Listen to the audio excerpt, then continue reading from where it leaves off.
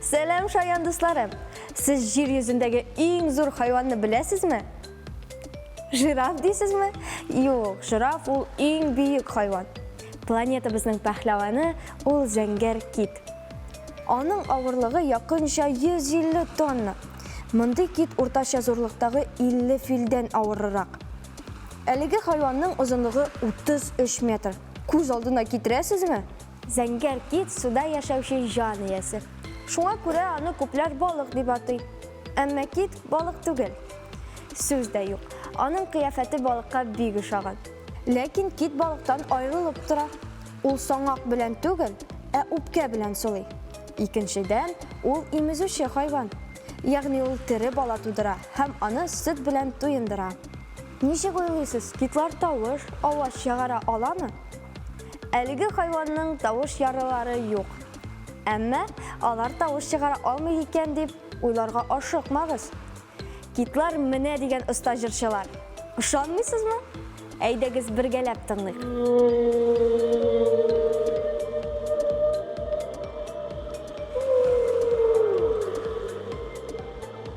Әлеге зур гәүдәле имезүче бик күп ашарга ярата.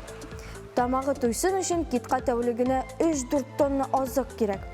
Аның авызы теләсә кемне кабып йота алырлык зур. Әмма куркырга кирәкми.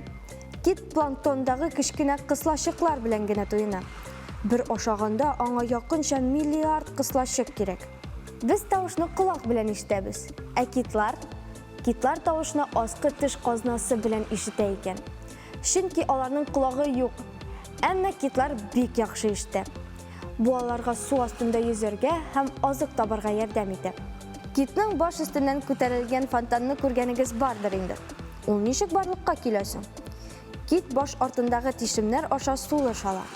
Сулышны чыгарганда шулар аша фонтан күтәрелә дә инде. Аның биеклеге 10-12 метрга җитә.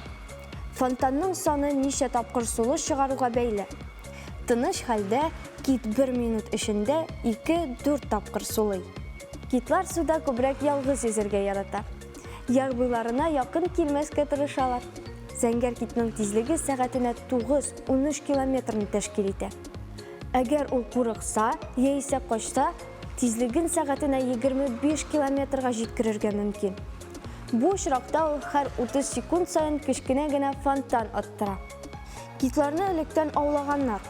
Шуңа күрә аларның саны хәзер бик аз калган. Бүгенге көндә әлеге диңгез алыпларын Беринг һәм Чукот диңгезендә, Командор, Алиут, Курил утраулары тирәсендә күрергә мөмкин. Шулай ук китлар Тын океанның төньяк-көнбатыш өлешенә йөзеп кергәли. Бүген алар саклауга мохтаҗ. Шуңа күрә зәңгәр китне халыкара кызыл китапка керткәннәр. Аларны аулау тыела. Әлеге имезүчеләр бик шыдам. Ул берничә көн бер туктамый йөзә ала. Кайвакыт аларның 100 көн буе йөзә алуы ачыкланган. Өстәвенә китлар салкын суда да туңмыйлар. Аларга туңмаска тире астындагы калын май катламы булыша. Океаннар патшасы зәңгәр кит турында бүген шактый күп нәрсә өйрәнгәнсеңдер, дустым. Ә хәзер әйдәгез аларны тагын бер кат кабатлыйк. Мин сорау бирәм, ә сездән җавап көтәм. Зәңгәр кит һаваны саңак аша сулыймы? Юк. Юк, саңак аша суламый. Чөнки кит балык түгел. Бәлки ул һаваны авыз белән сулыйдыр. Юк. Юк, бу җавап та дөрес түгел. Кит баш артындагы тишемнәр аша сулыймы? Әйе. Нәкъ шулай, дусларым. Китнең борын тишеге баш артында урнашкан. Әфәрин, булдырдыгыз. Менә сезгә тагын бер сорау. Зәңгәр кит тавышны колак аша ишетәме? Юк. Юк, бик дөрес. Әйткәнебезчә, китнең колагы юк. Алайса, кит койрык аша ишетәме? Юк. Әлеге хайванның койрыгы ишетү өчен түгел, ә йөзү өчен кирәк. Ә бәлки кит тавышны аскы теш казнасы аша ишетәдер? Әйе. Чыннан да, бу шулай. Шуңа да карамастан, алар бик яхшы ишетә. Зәңгәр китнең суда йөзү тизлеге сәгатенә 5 километрга тигезме? Юк. Юк, бу тизлек китлар өчен аз. Бәлки аларның йөзү тизлеге сәгатенә 50 километрга җитәдер. Юк. Кызганыч, бу җавап та дөрес түгел. Алайса китлар сәгатенә 9-13 километр белән йөзәме? Әйе. Менә бу җавап дөрес. Афәрин дусларым, булдырдыгыз. Бүгенгә менә шулар. Мин сезнең белән саубуллашам. Әйләнә-тирә табигатьне күзәтеп яшәгез.